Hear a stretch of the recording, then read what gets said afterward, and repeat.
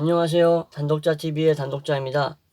이번 시간에는 예전 시간과는 다르게 철학에 대한 내용보다는 사회학적 개념들과 그리고 그것이 우리에게 어떠한 의미를 시사하는지에 대해서 조금 더 이제 깊은 이해를 하고자 이런 영상을 촬영하게 되었습니다. 단순히 우리가 철학을 공부를 하면서 사유에 빠지는 것도 물론 중요하지만 그것을 이제 우리가 살아가고 있는 사회에 어떠한 식으로 확장시켜서 접목을 시킬 것인가, 이해를 높일 것인가 하는 부분도 상당히 중요하다라고 생각을 합니다. 그런 의미에서 우리가 단순히 철학적 개념뿐만 아니라 사회학적 개념들까지 이해하고 있다면 금상첨화라는 생각이 들었기 때문에 이 내용을 여러분들께 꼭 설명해 드리고 싶은 생각이 들었고 그래서 이렇게 준비하게 됐습니다. 그러면 지금부터 예전에 이제 이 내용 같은 경우는 문과 출신 학생분들 같은 경우에는 충분히 접할 수 있었던 내용이라고 생각을 합니다. 교육과정에 분명히 들어있는 내용이기 때문이에요. 그런데도 불구하고 제가 이렇게 다시 한번 얘기를 드리는 이유가 아까도 말씀드렸다시피 이 내용을 지금 우리가 학창시절이 아닌 성인이 돼서 우리가 살아가고 있는 사회와 이제 빗대어 봤을 때 그 당시에 단순히 이론으로만 접하는 거랑은 또 전혀 다른 느낌일 수가 있는 거죠. 그죠? 예. 우리가 현장에서, 현실에서 이렇게 사회인으로서 살아가고 있는 그 관점에서 봤을 때 말이죠. 그죠? 그래서 이렇게 다시 한번 어떻게 보면은 복습을 하는 차원에서 준비를 했다라고 생각을 해주시면 될 것 같습니다. 서두가 좀 많이 길었는데, 서두에서는 제가 이제 왜 갑자기 철학만 영상을 올리다가 이런 사회학적인 영상을 올릴까 하고 의문을 가지시는 분들이 분명히 있을 거라는 생각에서 제가 말씀을 드린 겁니다. 자, 그러면은 본격적으로 시작을 하도록 하겠습니다. 사회 문화 현상을 바라보는 관점에 있어서 거시적인 관점과 미시적인 관점이 있어요. 거시 같은 경우는 사회 구조적인 측면을 보는 거고 미시는 개인적인 측면을 보는 겁니다. 그래서 이 거시에는 두 가지가 나뉩니다. 기능으로 그리고 갈등으로 바라보는 거죠. 이 두 가지 관점이 있는데 이 기능론 갈등론에 대해서 먼저 차이를 설명해 드리도록 하겠습니다. 오늘 같은 경우에는 평소보다 칠판을 넓게 그리고 많이 사용할 수밖에 없기 때문에 글씨를 좀 조그맣게 써야겠네요. 이제 먼저 첫 번째 특징이 그 사회 이제 구성 요소들 있죠. 사회 구성 요소들을 어떻게 바라보는가, 그 관계를 바라보는 거예요. 기능론 같은 경우에는 의존적이다. 그리고 서로 조화를 이루고 있다고 봤고, 갈등론 같은 경우에는 그 사회 구성 요소들 간에 대립이 일어난다.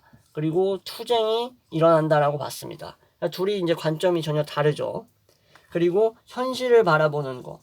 현실 인식의 차원에서는 기능론 같은 경우에는 현실은 참 긍정적이다. 자, 이 상황이 참 긍정적이다라고 보는 거예요. 근데 갈등론 같은 경우에는 이 상황은 지금 부정적이어서 어떤 변화가 필요하다라고 보는 겁니다. 그리고 제일 중요하다라고 볼 수 있는 게 이 사회 불평등이 있죠. 예, 빈자와 부자 간의 격차 이런 것들. 이러한 것들을 바라보는 관점이 극명하게 나뉘는데 첫 번째로 이제 이 사회 불평등을 바라보는 기능론은 뭐냐면은 한마디로 이제 구성원들이 동기를 부여받는다라고 해요. 동기부여. 예, 구성원들이 동기를 부여받는 거예요. 이러한 거에. 근데 이 사회 불평등은 갈등론 입장에서는 뭐냐면은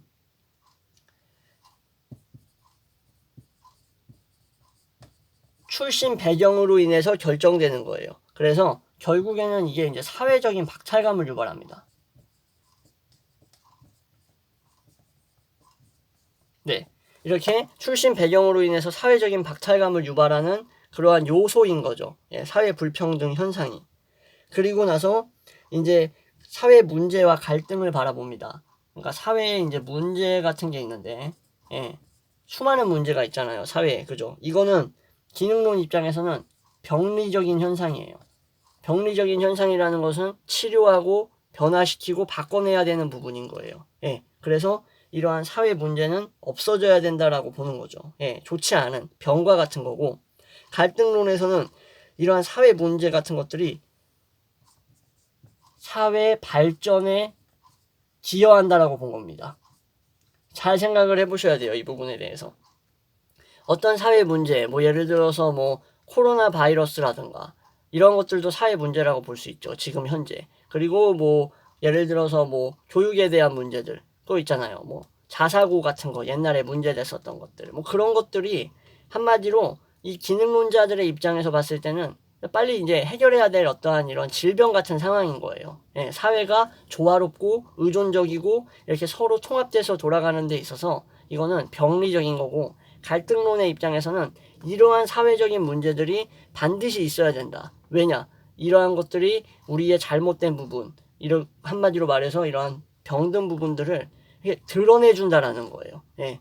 그러니까 골마 있는 것들을 밖으로 드러내 주어서 고칠 수 있고, 예, 올바르게 바로잡을 수 있게 만들어주기 때문에 이러한 사회 문제들은 어떻게 보면은 반드시 필수 불가결한, 예, 중요한 부분이라고 본 겁니다. 그리고 나서 이제 또 바라보는 게, 법을 바라보는 게 좀 달라요. 법은 여기서 기능론에서는 질서 유지입니다. 근데 갈등론 같은 경우에는 법은 지배계급 있죠. 지배계급. 이 지배계급이나 상위계급. 화면에 잘 안 나오네. 여기 지울게요. 이 부분은. 예. 다시 쓰겠습니다. 지배계급. 예. 이 지배계급의 이익을 실현하기 위해서 존재하는 거예요. 법은. 예. 그러니까 지배계급의 이해관계에 따라서 법이 돌아간다. 뭐 이러한 차원으로 보는 거예요. 이러한 요소의 대표적인 예가 그냥 뭐 무전유죄, 유전무죄 있죠.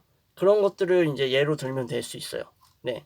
이런 것들. 뭐 누구 같은 경우는 뭐 커다란 죄를 저질렀는데도 불구하고 뭐 사회적인 명망이라든가 돈이 있기 때문에 징역 얼마 안 살고 나오고, 뭐 누구는 뭐 가난하고 백도 없고 그리고 뭐 사회적 영향력이 없기 때문에 뭐 어떠한 그러한 요소들로 인해서 그 감옥살이를 뭐 남들보다 훨씬 더 오래 한다거나 뭐 이러한 차원이 아직도 비일비재하잖아요. 우리 사회에 있어서.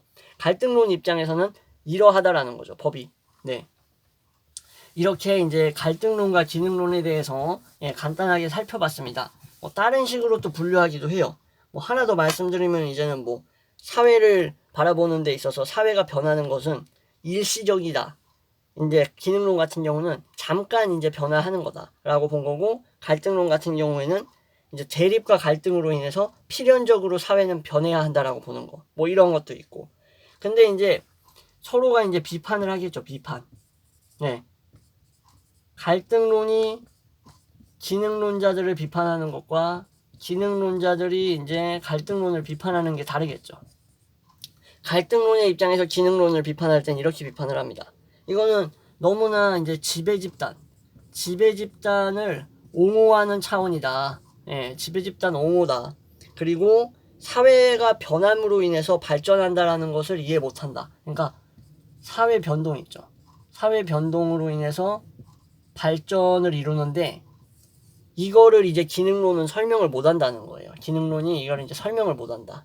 근데 반대로 이제 기능론자들이 갈등론자들을 이제 비판하는 차원에서 봤을 때는, 이 갈등론 같은 경우는 이제 사회 통합이죠. 통합, 균형, 이런 차원을 이제 설명을 못한다라는 거예요. 갈등론은. 예, 항상 대립적이고 갈등적이고 계층적으로만 문제를 바라보기 때문에 이렇게 해서 이제 서로 이론에 대해서 이제 비판할 수 있는 부분이 있습니다.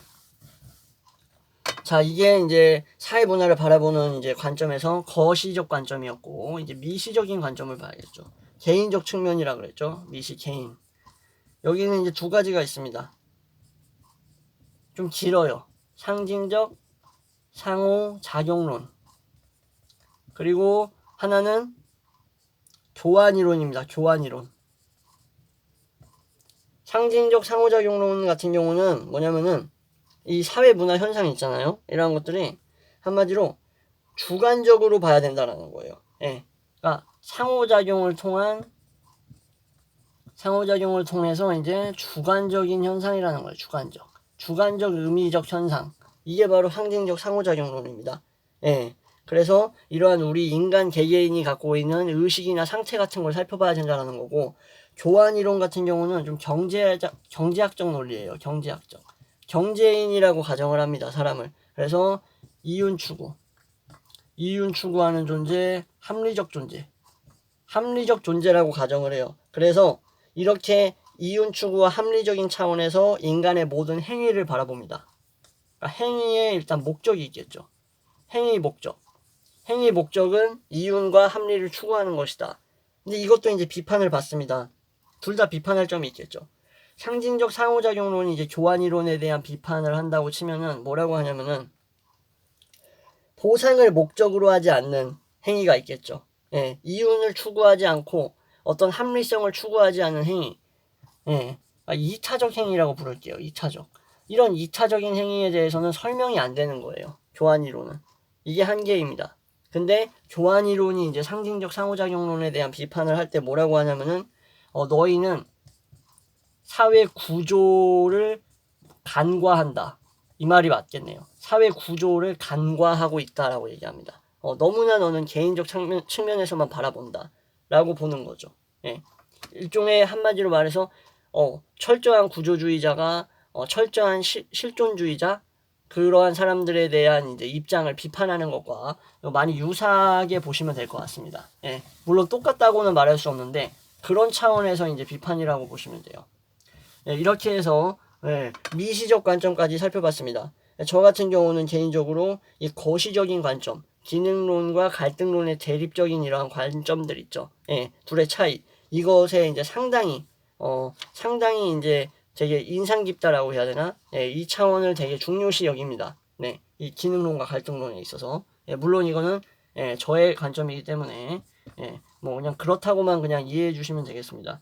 그 다음에 이제 사회 구조. 그리고 일탈 이거에 대해서 이제 설명을 해드릴 건데 사회 구조가 이제 통일화되고 어떻게 보면은 균형을 이루고 있다라고 볼 수가 있는 거죠. 하나의 사회를 바라봤을 때. 예, 뭐 대립과 갈등이 일어나는 건 맞지만 그래도 여전히 사회 구조는 하나의 틀로서 하나의 어떤 연결고리로서 각각의 구성원들을 이렇게 집합시키는 그러한 역할을 하고 있어요. 현재. 그죠? 근데 여기서 이제 일탈이라는 게 발생하는 게 뭐냐면은 이러한 사회 구조가 가지고 있는 주범이라든가 규칙이 있잖아요. 이 규칙으로부터 벗어나는 게 일탈입니다. 예. 어긋나는 행동을 하는 거예요. 이런 사회 규범 규칙에서. 근데 이제 기능론적으로 일탈을 보는 게 있고 또 갈등론적으로 일탈을 보는 게 있어요. 예. 그래서 제가 아까 말씀드렸다시피 기능론과 갈등론이 가장 핵심적이고 가장 중요하고 제가 되게 좋아하는 이러한 분류법이라고 말씀을 드린 건데 기능론으로 본 일탈 같은 경우에는 두 가지로 나뉩니다. 디르켐의 아노미가 있어요. 그리고 머튼의 아노미가 있습니다. 그러니까 이 기능론으로 봤을 때 일탈은 아노미 이론으로 볼 수 있는데 이 아노미가 디르켐이 말한 아노미가 있는 거고 머튼이 말한 아노미가 있는 거예요. 그럼 이 이제 아노미에 대해서 설명을 해드리도록 하겠습니다. 먼저 디르켐 사회학의 아버지라고 불리죠. 디르켐이 이 디르켐이 말했던 아노미는 무엇인가? 디르켐 아노미 첫 번째가 사회변동이 있는 거예요. 사회변동이 있어요. 되게 급격한 사회변동. 뭐 혁명이라든가 뭐 기술 이런 수단의 발전으로 인한 변동. 그런 것으로 인해서 기존에 가지고 있던 가치관이 이제 붕괴가 됩니다. 붕괴. 기존 가치관이 붕괴가 되고 그리고 나서 새로운 가치관이 들어서야 되겠죠. 그죠? 기존 가치관이 붕괴됐으면. 근데 대체할 수 있는 규범이 이제 없는 거예요. 예, 확립이 안 된 거야. 이전의 가치관은 이미 붕괴됐는데 이걸 대체할 수 있는 가치관이 없어. 이러면 이제 뭐다? 아노미가 발생한다. 예, 아노미. 그래서 이로 인해서 일탈의 가능성이 급증한다라고 본 겁니다. 예, 이게 바로 디르켐의 아노미라고 볼 수 있어요. 그리고 디르켐의 아노미는 이러한 차원에서도 볼 수 있는데 또 한 가지 측면이 더 있습니다. 방금은 이제 대체 규범이 존재하지 않기 때문에 발생했다라는 거고 다음은 전통적인 규범이 있겠죠. 전통적인 규범. 그리고 현대적 규범이 있어요. 그죠? 전통적 현대적 규범이 있는데 이게 이제 공존하고 있는 거예요. 공존. 우리 사회에서. 근데 이러한 상황에서 이제 뭐가 규범으로서 뭐가 올바른 규범이고 뭐가 정확한 규범으로 작용을 해야 하는가. 그러니까 다시 설명드릴게요. 말이 꼬여가지고. 전통적 규범과 현대적 규범이 있는데 이 두 규범 중에서 어떠한 규범을 우선시해야 되는가에 대한 혼란 상태인 거예요. 아노미가. 예. 그러니까 무엇이 더 중요한지에 대한 혼란 상태. 이게 바로 디르켐의 아노미의 두 번째 측면입니다. 예. 첫 번째 측면 방금 말씀드렸죠. 예. 전통적인 규범 망했고 한마디로 와해됐고 그거에 대한 대체 규범이 없을 때 아노미 발생. 두 번째, 전통적 규범과 현대적 규범이 공존하고 있을 때 아노미 발생. 그래서 이러한 상황에서 결국 뭐가 발생하냐? 결론적으로 일탈이 발생한다. 이게 바로 일탈을 설명하는 디르켐의 아노미다 라고 정리를 할 수 있는 거고, 머튼의 아노미가 있어요. 머튼의 아노미. 머튼의 아노미는 뭐냐면은 그 목표가 있습니다. 예, 목표라는 게 뭐 사회적인 목표가 있고 뭐 개인의 목표가 다 있을 수가 있어요. 뭐 나의 목표는 뭐 몇 살 때 돈을 얼마 벌어서 뭐 예를 들어서 뭘 하고 이러한 지위에 오르고 싶다라는 게 개인의 목표가 될 수 있는 거고, 뭐 사회적 목표는 뭐 예산안을 얼마나 편성해서 지금 같은 경우에는 뭐 코로나가 이제 팽배하고 있으니까 이런 상황에서는 뭐 추가 경정 예산을 뭐 편성해서 빠른 시일 내에 언제까지 코로나를 이제 완전히 다 없애버리겠다. 예, 완전히 이제 잠식시키겠다. 이러한 이제 목표가 있을 거 아니에요. 정부 차원의 목표. 이런 식으로 목표가 다 있는 거예요. 사회든 개인이든. 근데 중요한 게 이 제도적인 수단, 이 목표를 달성시키기 위한 이 제도적인 수단이 이제 없다시피 하거나 아니면 수단이 적합하지가 않아가지고 이 목표 달성이 불가능해질 수가 있어요. 그쵸? 예. 그러니까 돈이 없을 수가 있고 막말로, 아니면은 뭐 복지나 뭐 이러한 의료기술이 부족할 수가 있잖아요.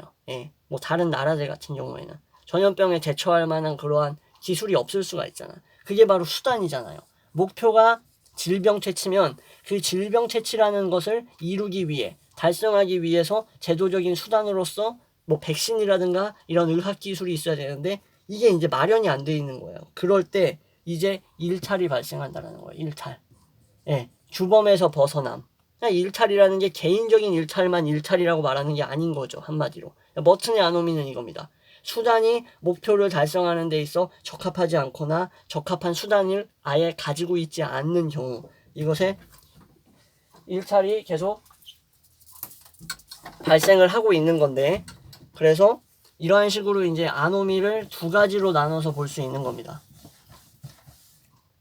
네, 방금은 이제 갑자기 누가 이제 문을 두들겨 가지고, 네, 그래서 네, 잠깐 약간 머뭇거렸습니다. 네, 양해 부탁드립니다. 네, 그리고 이제는 갈등론으로 보는 일탈을 얘기해야겠죠. 갈등론. 방금은 기능론적으로 봤을 때 일탈이었죠. 그쵸? 예, 디르켐, 머튼, 아노미.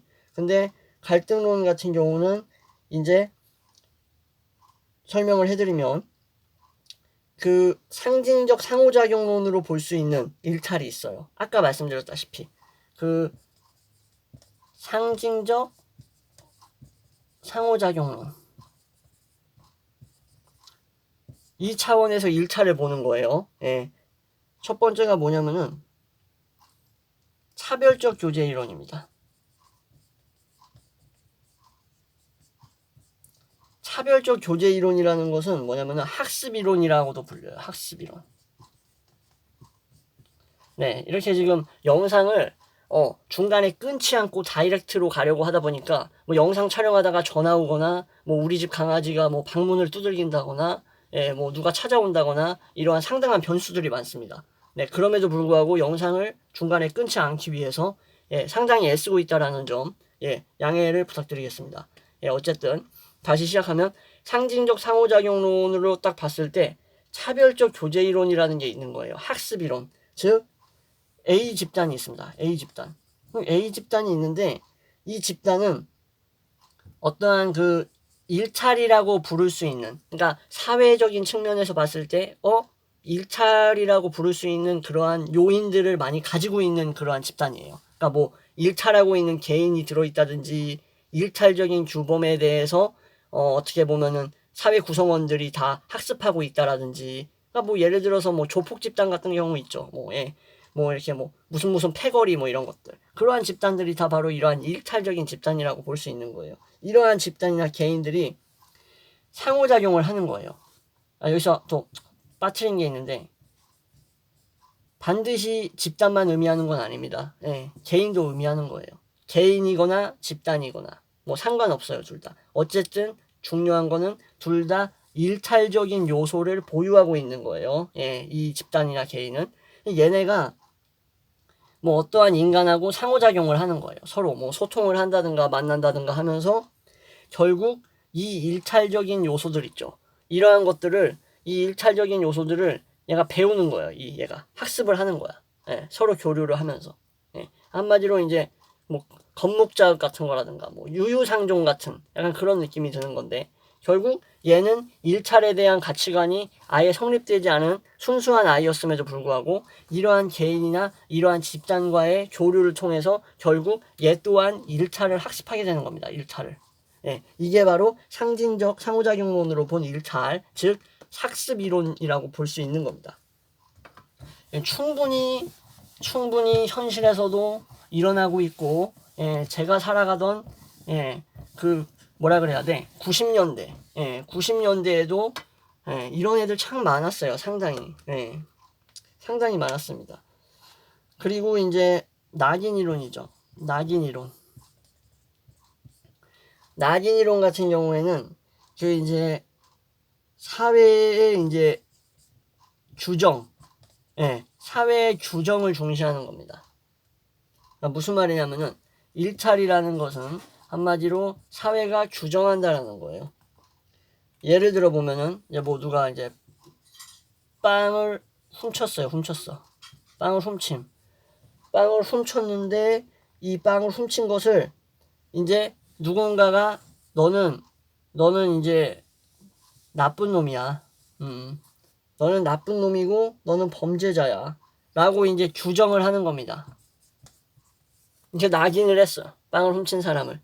그러면 이 이제 나쁜 놈이라고 생각하는 개인 있죠. 얘가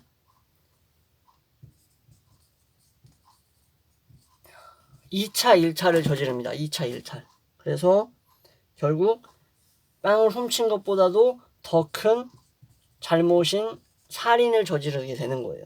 예를 들면. 그래서 결국 말하고자 하는 게 뭐냐면은 누군가가 비행인, 그러니까 뭐 비행 청소년이나 범죄자로 낙인이 찍히게 되면 그 규정, 이 사회 규정, 나는 나쁜 놈이다, 나는 사회에서 나쁜 놈이다라는 이 규정을 스스로 이제 내면화를 하게 되는데, 이 내면화를 통해서 결국 이 일탈을 반복한다라는 거예요.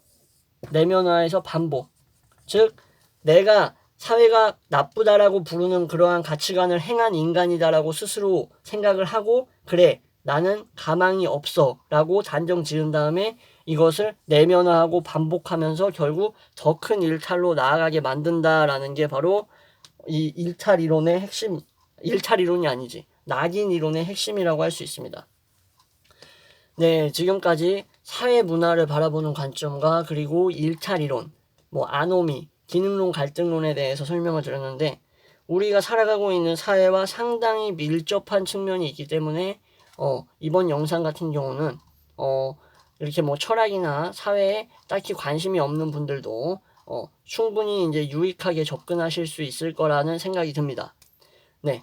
그리고 이제 다음에는 또 다른 컨텐츠로 찾아오도록 하겠습니다. 네. 지금까지 시청해 주셔서 감사합니다.